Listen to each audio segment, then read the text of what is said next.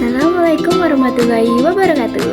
Halo teman-teman, kami dari mahasiswa Universitas Asia Surakarta dari Fakultas Bisnis dan Ekonomi, Prodi S1 Manajemen Retail dan S1 Kewirausahaan. Di sini kami mendapatkan tugas dari mata kuliah akuntansi biaya dengan pembagian materi tentang sistem taksiran biaya. Apa sih itu sistem biaya taksiran? Mari kita lanjut. Sebelum memasuki materi, mohon maaf, izinkan kita memperkenalkan diri dari kelompok kami berikut.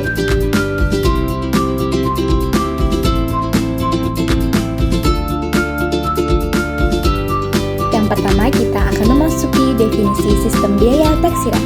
Apa sih itu biaya taksiran? Biaya yang ditentukan di muka sebelum dilakukannya suatu produksi. Sistem biaya taksiran adalah sistem akuntansi biaya produksi yang menggunakan suatu bentuk biaya yang ditentukan di muka dalam menghitung harga pokok produk yang diproduksi. Berikutnya, tujuan sistem biaya taksiran ada 4. Yang pertama, untuk jembatan menuju sistem biaya standar, yaitu dipakai dulu sebelum pakai sistem biaya standar yang lebih rumit. Yang kedua, menghindari biaya yang relatif lebih besar dengan pemakaian sistem biaya standar, yaitu lebih murah karena tidak serumit biaya standar.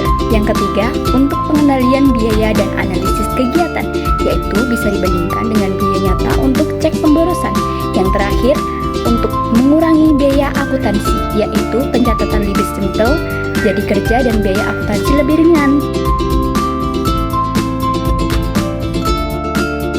Selanjutnya, karakteristik sistem biaya taksiran.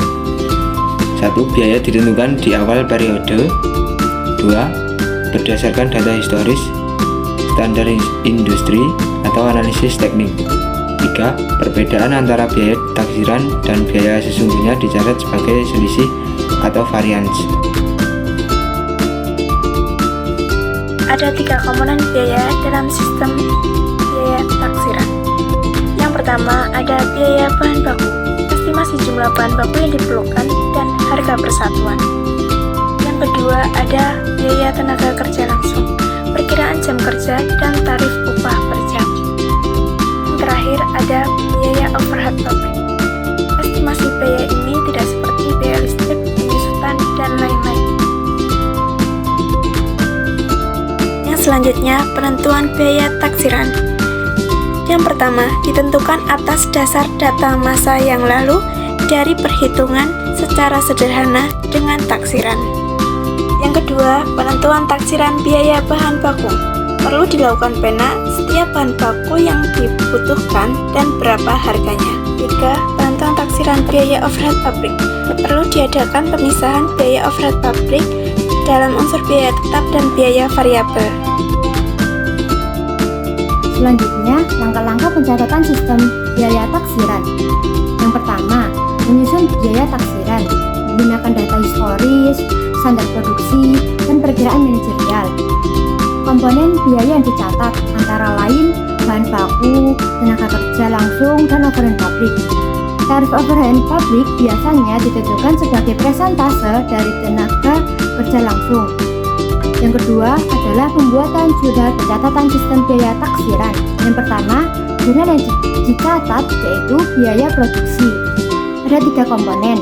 Yang pertama, bahan baku. Pencatatan jurnalnya persediaan dalam proses di sisi debit dan bahan baku di sisi kredit. Yang kedua adalah tenaga kerja langsung. Pencatatan jurnalnya persediaan dalam proses di sisi debit dan gaji dan upah di sisi kredit. Dan yang terakhir, overhead pabrik taksiran. Pencatatan jurnalnya persediaan dalam proses di sisi debit dan overhead pabrik di sisi kredit.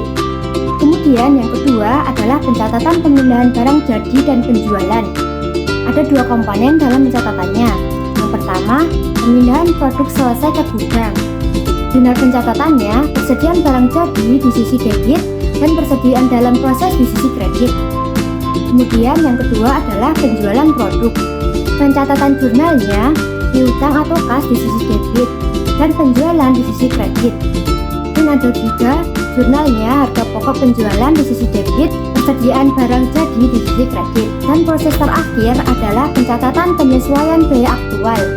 Di akhir periode, bandingkan dulu biaya aktual dengan taksiran. Kemudian, jika situasi aktual lebih besar atau selisih kurang, maka pencatatan jurnalnya selisih biaya produksi di sisi debit dan overhead aktual di sisi kredit. Dan jika situasi aktual lebih kecil atau selisih lebih, maka pencatatan jurnalnya overhead aktual di sisi debit dan selisih biaya produksi di sisi kredit. Setelah melakukan langkah-langkah di atas, perlu digarisbawahi bahwasannya yang pertama, sistem biaya taksiran ini digunakan untuk estimasi cepat, bukan laporan final. Yang kedua, perlunya penyesuaian biaya aktual wajib dilakukan untuk akurasi. Dan yang terakhir, pencatatan ini cocok untuk perencanaan anggaran dan pengendalian biaya awal produksi. Kelebihan sistem biaya taksiran yang pertama, mengurangi atau menekan biaya administrasi atau administrative experience. Yang kedua adalah menyediakan informasi untuk mengambil keputusan atau decision making. Yang ketiga adalah mengantar ke pemakaian sistem harga pokok standar atau standar costing.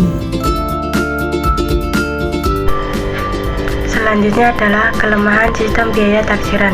Harga pokok taksiran yang ditentukan kurang teliti baru akan dikoreksi pada akhir periode setelah selisih biaya taksiran dihitung dialokasinya. Yang kedua adalah timbulnya selisih biaya yang besar dapat mengakibatkan pengambilan keputusan yang keliru karena pengambilan keputusan dilakukan sebelum produk jasa diolah.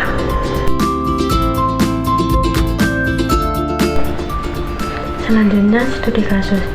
PT Maju terus memproduksi 1000 unit produk pada bulan Januari dan perusahaan menggunakan sistem biaya taksiran untuk menghitung harga pokok produksi. Biaya taksiran per unit. Bahan baku sebesar 10.000, tenaga kerja sebesar 8.000, dan biaya overhead pabrik sebesar 5.000. Maka total keseluruhan biaya taksiran per unit adalah 23.000. Total biaya taksiran untuk 1000 unit adalah 1000 dikali 23.000 sama dengan 23 juta.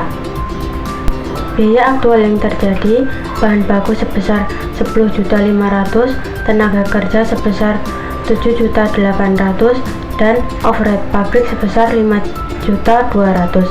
Total biaya aktual yang terjadi sebesar 23.500.000. Kemudian analisis selisih biaya. Selisih total 23.500.000 dikurangi 23 juta sama dengan 500.000 atau unfavorable, yang artinya biaya taksiran lebih tinggi 500 dibandingkan taksiran. Kesimpulan kasus. Variasi biaya perlu dianalisis lebih lanjut, misalnya kenaikan harga bahan baku atau penggunaan bahan yang berlebih. Kesimpulan. Untuk kesimpulan, sistem biaya taksiran memudahkan pengendalian dan perencanaan biaya produksi dengan cara memperkirakan biaya di awal sistem. Ini efisien, menghemat biaya administrasi, dan hasil analisis selisih biaya dapat digunakan untuk perbaikan di periode berikutnya. Dari studi kasus PT Maju terus menunjukkan bagaimana varians biaya dianalisis untuk meningkatkan akurasi dan pengendalian biaya produksi. Sekian penyampaian materi pada video kali ini. Mohon maaf apabila ada salah kata. Terima kasih sudah menonton. Semoga ilmunya bermanfaat bagi kita semua. Wassalamualaikum warahmatullahi wabarakatuh. Bye-bye.